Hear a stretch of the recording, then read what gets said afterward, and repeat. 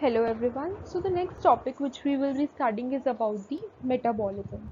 So what is metabolism? Metabolism refers to a series of chemical reactions that occurs in a living organism to sustain the life. So metabolism is the sum total of the chemical reactions that take place in the cell of a living organism. So there are basically metabolic changes that takes place in the multiple reactions, and they follow a particular pathway which is known as the metabolic pathway. So the metabolic pathways is of two types, the catabolism and the anabolism. So this metabolic pathway, they includes a series of reactions, and it involves both the breaking and the making of the biomolecules. So this is a figure which is representing that there is a chemical energy. So there are carbohydrates, there are fats, and there are other food sources which are there. So when a human consumes these sources, they will get what they will get. They will get the ATP from this, which is the body's energy currency. So they will get the energy, and then there is a metabolism which takes place. And what is released? The heat is released, and the chemical waste is released in the form of the carbon dioxide and the water. So the all living organisms, they require energy for different essential processes and for producing new organic substances. So the metabolic processes, what they do is they help in the growth and reproduction and help in maintaining the structures of the living organisms. So the organism, they respond to the surrounding environment due to the metabolic activities.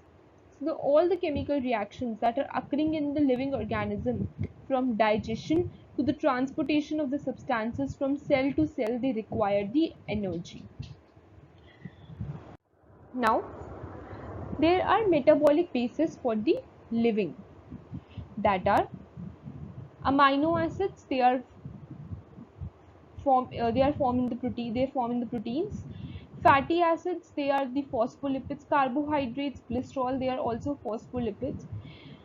Then carbohydrates, they are divided into monosaccharides and polysaccharides. There are nucleobases, that are nucleotides and that give rise to DNA and RNA. So these are the metabolic bases for the living.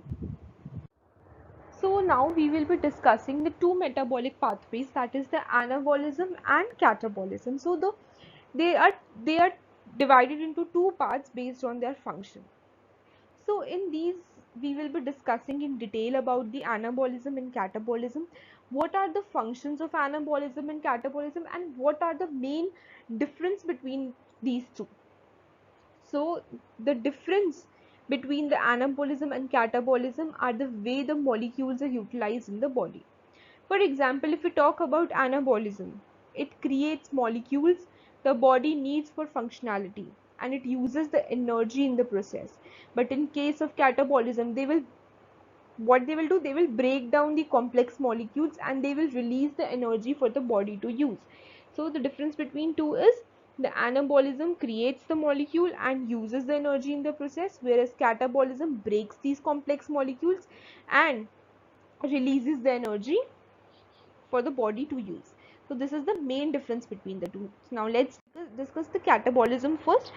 So if we talk about catabolism, then catabolism is referred to as a series of metabolic pathways that are involved in the conversion of macromolecules to simple molecules or monomers. So they are into simpler molecules, and they can be utilized as building blocks for other molecules, and they are required by cells to function, such as glycogen, proteins and triglycerides.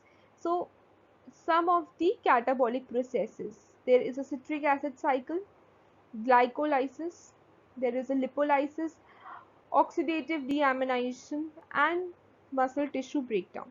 So these are the these are the some of the processes in which the molecules, they simply break down into waste products and they obtain the usable energy. Next is about the anabolism. So what is anabolism? Anabolism is the sequence of enzyme that is catalyzed in the reaction in which the nutrients they are used to comparatively complex molecules in the living cell to moderately simpler substances. So in short, we can say that the anabolism creates the molecule, and what they will do, they will use the energy in the process. They will use these energy in the process. The process of anabolism is referred to as the biosynthesis because it includes the production of components of cells such as proteins, carbohydrates, lipids, and which they require the energy in the form of ATP. ATP is in the energy form, which are energy rich compounds. So these compounds are synthesized during the breakdown processes such as catabolism and anabolism processes. They grow cells, control the catabolic processes. So the anabolic processes in growing cells control the catabolic processes, and the balance exists between both in the non-growing cells. So there is a balance which exists between the non-growing cells. So if we want to differentiate between the two, then what is the difference? What the differences are? First, catabolism, it breaks down the big molecules to small molecules so that there can be a easier absorption. If we talk about anabolism, they build the molecules required for the body's functionality. The process of catabolism releases energy, whereas the process of anabolism requires the energy. In catabolism, the hormones that are involved in the processes are adrenal, cytokinin, glucagon, and cortisol, whereas in anabolism they are estrogen, testosterone, growth hormones, and insulin. Examples of catabolic processes are proteins that are becoming amino acids, glycogen that is breaking into glucose and triglycerides, and it is breaking up into fatty acids.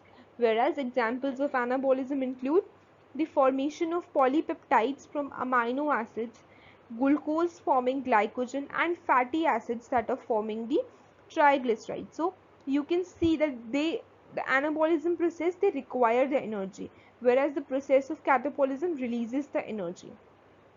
So in catabolism, the potential energy is changed into kinetic energy, whereas in anabolism, the kinetic energy is converted into the potential energy.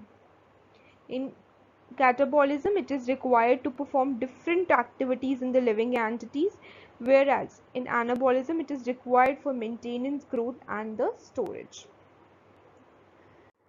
So if we want to conclude this, then anabolic and catabolic processes, they are required for the proper functioning of the body. So their balance is also necessary in the non-growing cells. Catabolism at its core involves breaking down of complex molecules and they will release the energy, whereas it is the opposite in case of anabolic process. It is creating bigger molecules, complex molecules from smaller to simpler molecules, and these are usually stored by the body for the future use. So this was all about the metabolism. These are some of the references. Thank you.